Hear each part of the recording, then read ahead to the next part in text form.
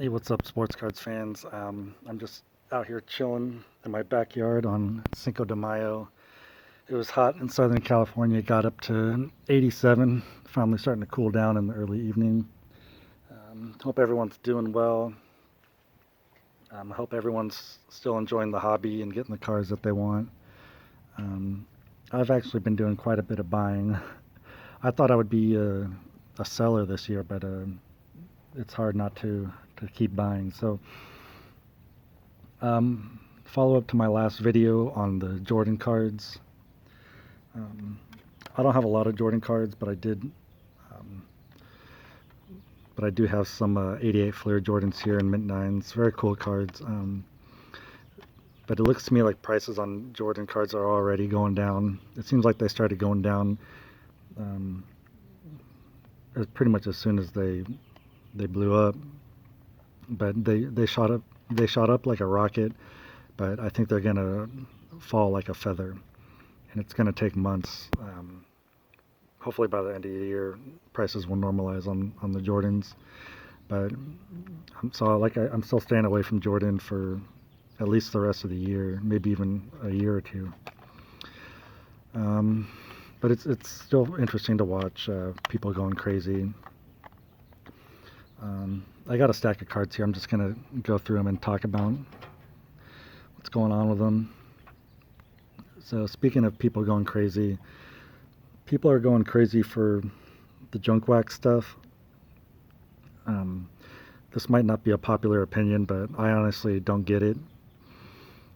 Um, this is a card that I bought for 20 bucks. And granted, it was a few years ago, but I got this for $20, and lately it's been selling for over 120. I think prices are going to come back down. Excuse me, back to that well under $100 range, but the whole junk wax chase craze, I honestly don't get it. I understand that some of the 10s, PSA 10s, are relatively rare. Um, as far as the 89 Upper Deck Griffey, I guess the argument people make is they compare it to the 2011 Topps Update Trout population, and the population of the 10s is smaller than the Trouts, and so they're saying that it should be more comparable to the Trout. I have a hard time buying into that. Because you're saying that Griffey is as good or almost as good as Trout, and I mean, I grew up idolizing, wanting to be Griffey. I get it. He was a tremendous player, but I just don't see him having the same impact. And then as far as the population report, yeah, there's less 10s, but there are way more alternatives as far as PSA 8s and 9s. Tens of thousands to be specific. Tens of thousands of alternatives that you can get besides a 10. So, and then when you look at the Trout, yeah, there's over 4,000 10s, but there's only 1,000 plus 9s. We're talking like less than 6,000 total graded by PSA. I mean, it's just, I don't know. I don't understand the prices that people are paying right now for junk wax crap. But that's my opinion. I'm staying away from it. I'm actually going back to vintage. Okay, speaking of Trout, oh no, let's go back to junk wax. So I was watching Sports Card Investor, his latest video where he's talking about the top 5 cards that are going up in price, and the number one card he mentioned was this card, the 92 Bowman Pedro in a Gem Mint 10. And I nearly spit my drink out when I heard the prices. They're over $100. Like somebody was paying $140 for this card, and this is again this Griffey I bought for $20. I also got this card, this Pedro, for $20. It was over 2 years ago. It was like February of 2018. Still, I got it for $20, and now people are paying 120, 130, 140. It's ridiculous. These cards aren't worth it. Again, that opinion might not be popular.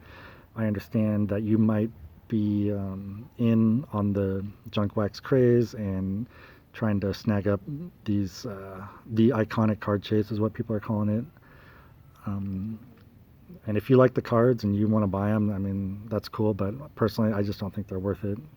I'm staying away from these for sure, especially at those prices. It's ridiculous.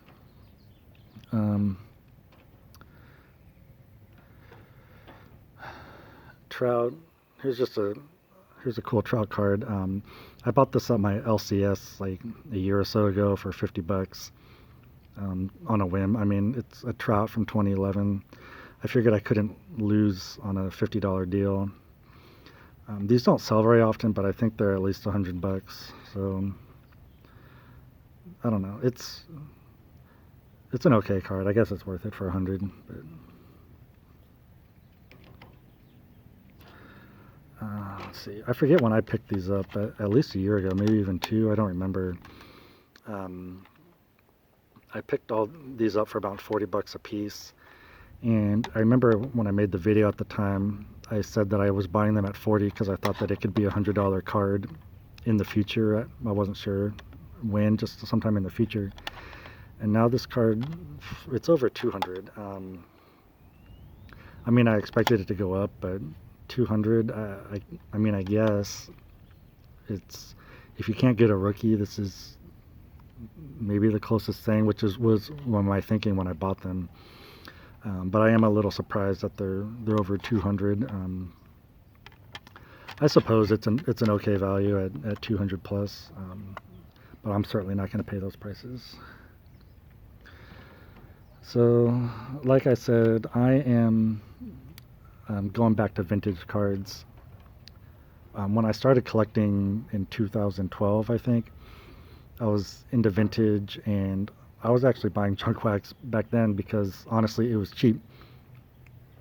Junk wax PSA 10s were cheap 6, 7, 8 years ago, even a couple years ago. And so, but then I got more into like modern stuff. You know, you see like the Walker Buehler Sapphire there. Got more into modern, but with this influx of people coming in, just pumping up prices, and like, for God's sakes, just paying, you know, hundreds of dollars for junk wax cards. I don't see the value in most modern cards right now. I'm seeing the value in vintage. You know, if if people are paying, you know, 100, 200 bucks for like a junk wax card, then I'd rather put that card into vintage. Sorry, I was stumbling around looking. You know, if people are paying, you know, 140 for this card, I think that money is better spent. There's more value in vintage. So I picked up a few Mickey Mantles. There's the 64 tops. These are all going to be excellent 5 condition. These are all about 200 bucks a pop. Oh, there's a Henderson. I'll talk about that in a minute. Here's 3 Mantles, the 64, 66, and 68. Like I said, all in 5.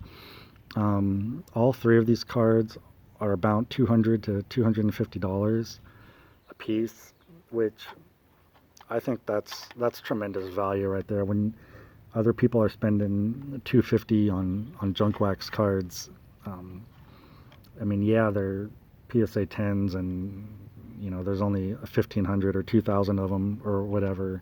I mean, I guess that's low, but I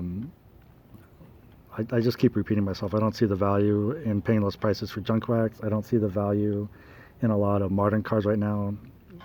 But I do see value in putting, you know, $200 or $300 into a Mickey Mantle card.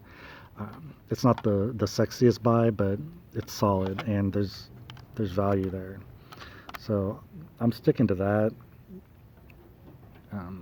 Here's a couple vintage cards just for fun that I picked up kind of for my Dodgers PC. Walter Austin in a nice near mint 7. also in a near mint 7, is this 53 Tops Don Hoke. Beautiful card. I love the 53 Tops.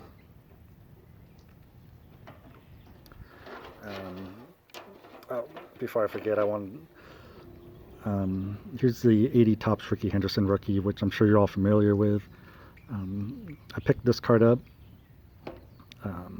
I think this, and I do not consider this junk wax whatsoever. This is definitely vintage for me. Before, you got Fleer and Donruss just exploding the card market. So I call the Henderson rookie the savings bonds of sports cards, because it's not super sexy. You're not going to 2x, 3x, 10x your money in 6 months or whatever. But it just keeps marching on every year. It just keeps creeping up in price, creeping up. So I would definitely stack Rickey Henderson rookie cards. Again, it's the savings bond of sports cards. Here's an interesting pickup that I just got. This is the 1998 Champions of Golf Tiger Woods Masters Collection in a solid near mint 7.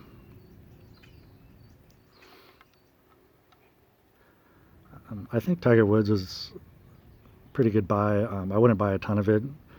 His 2001 Upper Deck Golf is also a good card, but I was seeing that card was selling for over $200 in a PSA 10, so I probably wouldn't buy that right now.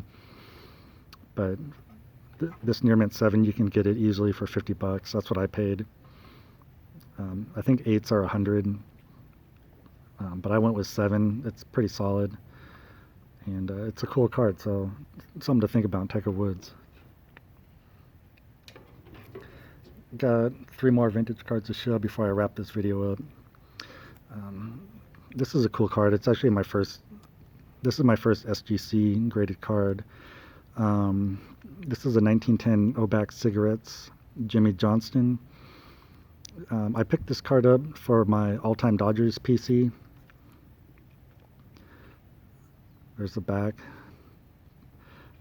Pretty similar looking back to the T206s. Like I said, I picked this up for my all-time Dodgers PC. He played quite a bit for the Dodgers, racked up some hits. Solid player. So this is actually him. This is a minor league card. So you can see he's playing for Seattle in the Northwestern League. But beautiful card. Beautiful kind of fire red, orange sky in the back. And this card is really sexy. It's graded excellent 5, but the corners are sharp, man. I mean, there's one corner in the bottom right there you see is a little tweak, but man, those top corners for a 5, are you kidding me? You can't find that. And it's very nicely centered. Look at the centering. So this is a very nice card. 2 more cards. I was really stoked to pick this up. This is a Maury Wills rookie card out of 63 Fleer, and it's graded a very sexy near mint to mint plus 8.5 from PSA. You might not think that's a big deal, but see how hard it is to find this card in a 9, or even an 8, really, but an 8.5. And the centering is spot on. This card, you could probably put this card in a mint 9 holder and nobody would bat an eye at it.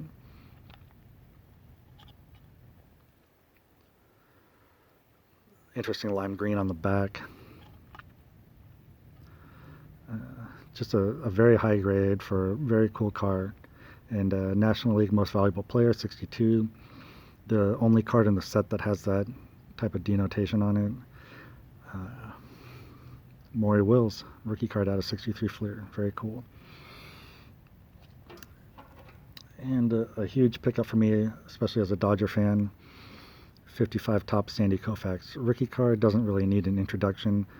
I was fortunate enough to pick this up in excellent plus 5.5. And it definitely deserves the grade. There are probably better looking 5s or 5.5s out there, but this is very respectable. Not a whole lot as far as imperfections on the surface or print. Very nicely centered left to right, top to bottom, a little bit off, but left right is more important to me. The back appears to be discolored a bit, but actually it seems to be almost perfectly centered. And I don't see so much as far as staining or print effects, but it is discolored. I definitely think this card is undervalued. When you compare it to the Roberto Clemente from the same set, I'm not saying it should be worth the same as the Clemente, because the Koufax is actually a bit more abundant than the Clemente, but I think this card should definitely deserve a 50% increase in price, pretty much at least grades 1 through 5. Once you get into near mint 7, I think that's a fair price at $2,500 to $3,000, and PSA 8s are about $10,000. But as far as the lower grades 1 through 5, I think they definitely deserve a 50% bump. Anyways, I hope you enjoyed my cards. I hope you enjoyed my perspective on the hobby, and hopefully I catch you all sooner rather than later. Take care.